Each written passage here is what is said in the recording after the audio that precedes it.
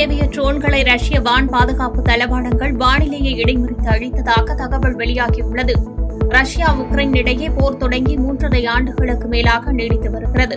உலக தலைவர்கள் பலர் இந்த போர் தாக்குதலை நிறுத்த நடவடிக்கை மேற்கொண்டாலும் தொடர்ந்து வருகிறது. போரில் லட்சக்கணக்கானவர்கள் உயிரிழந்துள்ளனர். இந்நிலையில் ரஷ்யாவின் லெனின்கிராட் பகுதியில் உள்ள எண்ணெய் சுத்திகரிப்பு ஆலை மீது உக்ரைன் தாக்குதல் நடத்தியது. ஆண்டுக்கு 1.7 கோடி டன் அளவில் எண்ணெய் தயாரிப்பில் ஈடுபடும் இந்த ஆலையை குறிவைத்து ட்ரோன்களை ஏவியும் இதனை ரஷ்ய வான் பாதுகாப்பு தளவாடங்கள் வானிலையை இடைமறித்து தகர்த்ததால் பெரும் அசம்பாவிதம் தவிர்க்கப்பட்டது.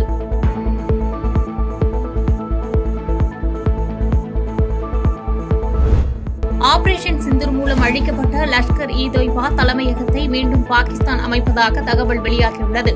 காஷ்மீரின் பகல்காமில் கடந்த ஏப்ரல் 22ஆம் தேதி சுற்றுலாப் பயணிகள் உட்பட 26 பேரை பயங்கரவாதிகள் சுட்டுக் கொன்றனர். இந்த தாக்குதலை லஷ்கர்-இ-தொய்பா பயங்கரவாத இயக்கத்தின் கிளை அமைப்பு நடத்தியது. இதற்கு பதிலடியாக ஆபரேஷன் சிந்தூர் என்ற பெயரில் மே 7ஆம் தேதி இந்தியா அதிரடி தாக்குதலை மேற்கொண்டது. இதில் பாகிஸ்தானின் பஞ்சாப் மாகாணத்திற்குள் இந்திய போர் விமானம் ஊடுருவி முரிட்கையில் உள்ள லஷ்கர்-இ-தொய்பாவின் தலைமையகம் உட்பட 3 முக்கிய கட்டமைப்புகள் மீது குண்டுகள் வீசியது. இதில் அந்த கட்டிடங்கள் கடும் சேதமடைந்தன. இந்நிலையில் சேதமடைந்த லஷ்கர்-இ-தொய்பா தலைமையகத்தை மீண்டும் கட்டும் பணியை பயங்கரவாதிகள் பாகிஸ்தான் அரசுடன் உதவியுடன் தொடங்கியுள்ளதாக தகவல் வெளியாகியுள்ளது. இந்த கட்டுமான பணிகளை முடித்து புனரமைக்கப்பட்ட வளாகத்தை அடுத்த ஆண்டு பிப்ரவரி 5ஆம் தேதி திறக்க திட்டமிட்டுள்ளதாக தகவல் வெளியாகியுள்ளது.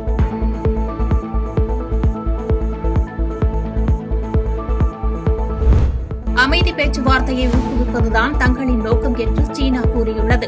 ரஷ்யாவிடமிருந்து கச்சா எண்ணெய் வாங்கும் சீனாவுக்கு 50% முதல் 100% வரை வரி விதிக்க வேண்டும் என்று நேட்டோ மற்றும் ஐரோப்பிய நாடுகளுக்கு அமெரிக்க அதிபர் டிரம்ப் அழுத்தம் கொடுத்து வருகிறார். இந்நிலையில் டிரம்புக்கு சீனா பதிலடி கொடுத்துள்ளது.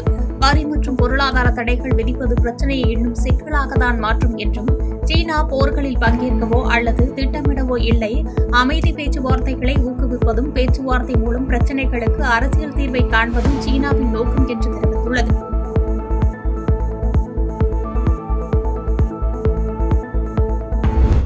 இந்தியா வளர்ச்சிப் பாதையை நோக்கி முன்னேறி வருகிறது என்று RSS தலைவர் மோகன் பகவத் பெருமிதம் தெரிவித்துள்ளார்.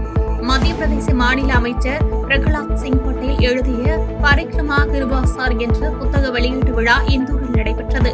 நர்மதை நதி குறித்து பேசும் இந்த புத்தகத்தை RSS தலைவர் மோகன் பகவத் வெளியிட்டார். இந்நிகழ்ச்சியில் பேசிய மோகன் பகவத், அனைவரது கணிப்புகளையும் பொய்யாக்கும் வகையில் நம் நாடு வளர்ச்சிப் பாதையை நோக்கி வேகமாக முன்னேறி வருவதாக கூறினார். சுதந்திரம் பெற்றதும் இந்தியா பல துண்டுகளாக சிதறிவிடும் என்று பிரிட்டனின் முன்னாள் பிரதமர் வின்ஸ்டன் சர்ச்சில் கணித்திருந்தார். ஆனால் அவரது கணிப்புகள் எல்லாம் இன்று பொய்யாகிவிட்டன. சர்ச்சிலின் கணிப்பு தற்போது பிரிட்டனுக்கு தான் பொருத்தமாக இருப்பது போன்று தெரிவதாக பதிலளித்து பேசினார்.